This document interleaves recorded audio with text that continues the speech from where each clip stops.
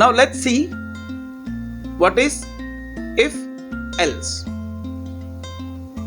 Now what was the problem with if statement? That it only works with true condition, and the statement with the outside if is executed irrespective of that. But what I want is there should be one message if it is true, there should be another message if it is false.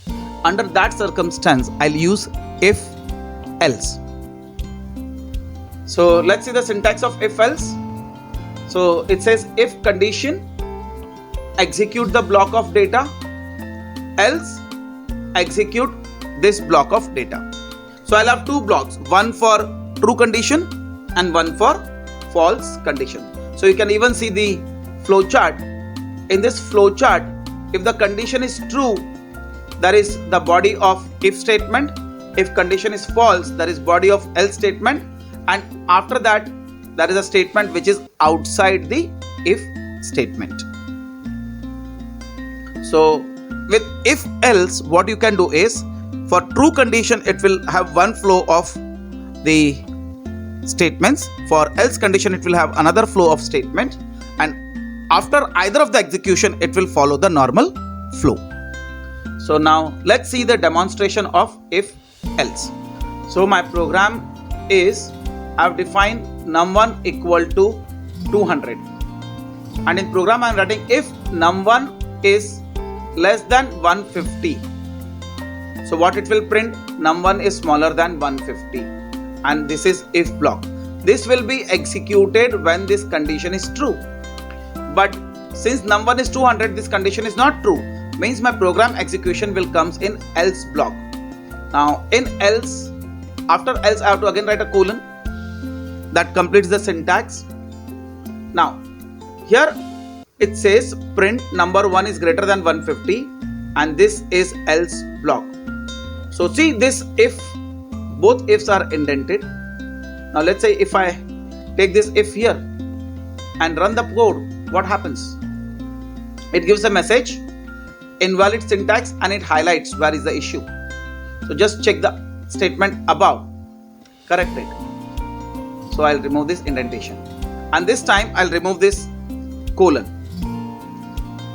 and let's see what is the execution. So again it says invalid index. Now see, prior it was here and now it is after else.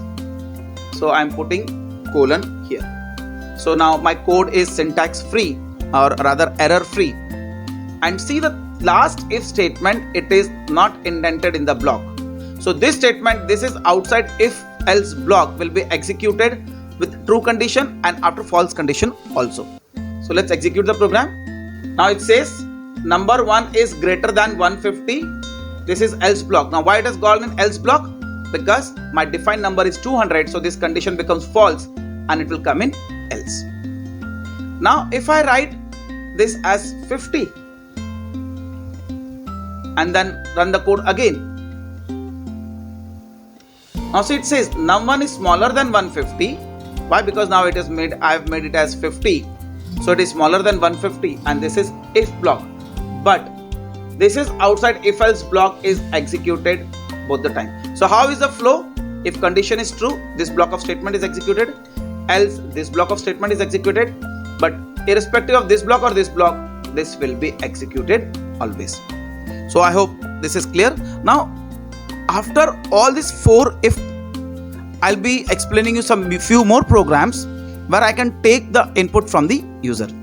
Now friends, if you really understood what the Python is till now, and if you find these videos are really worth, please do subscribe the channel, inform your friends also to join the channel and understand the Python, and please don't forget to hit the bell so that you will get the notification of my new videos. Fine. So I hope if else is clear. Now let's see few more demonstration of. So let's see the demonstration of if else with the input which is taken from user. Fine. Here number 1 and number 2 I'm reading from the user. Now if number 1 is less than number 2, it is printing number 1 is less than number 2, but instead of number 1 and number 2, the actual values will be substituted over there, because here number 1 and number 2 are outside double quotes, so they are taken as a variable, not the string. And again the string is print, this is in the if block. So these two statements will be executed when this condition is true, and similarly when the condition is false, the number 1 is greater than number 2. Now here again this number 1 and number 2 are variables, so this else in the else block it will also be printed. So these two statements, print number 1 is greater than number 2 and this is else block, are part of else. So this 2 will be executed when the condition is false. But irrespective of the condition is true or false, the control will come to this statement that this is out of if else block. So let's see the execution. Now I am entering under number 100 and the number 200.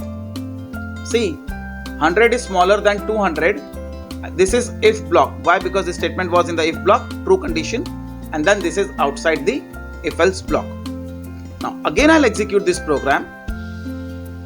This time I'm entering 200 and 100.